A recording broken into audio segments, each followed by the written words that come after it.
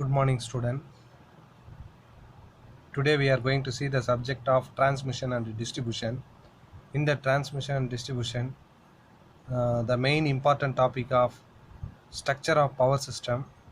By go through the structure of power system, we can able to know the generation of power, how they are distributing the power to the,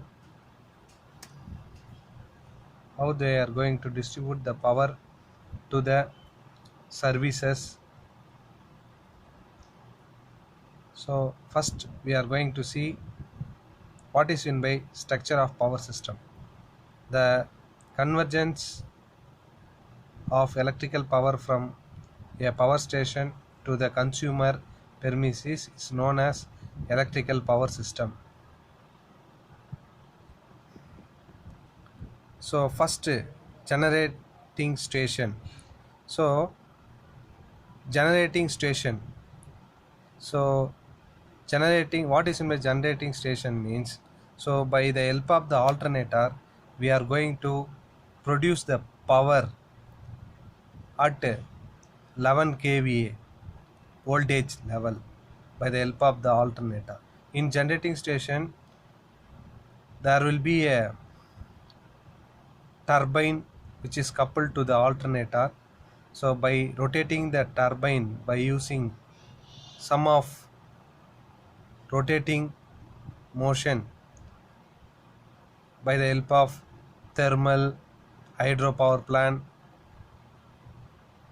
etc. So when the turbine rotates, the alternator produces the power.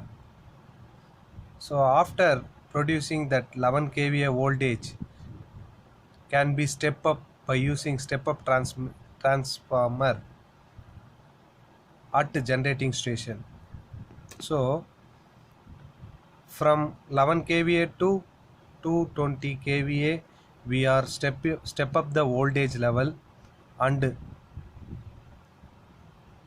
we are converting from low voltage to high voltage level. After high voltage, we are that 220 kVA voltage can be transmitted through primary transmission. So that primary transmission here.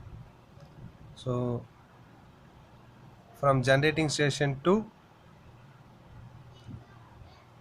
through primary transmission, we are transmitting the power to secondary transmission. So after stepping up voltage, it can be transmitted to primary transmission line. So that transmission line has 220 kilovolt. That voltage can be called it as high voltage level. That high voltage level can step down by using step down transformer from 220 kVA bar 330 kVA.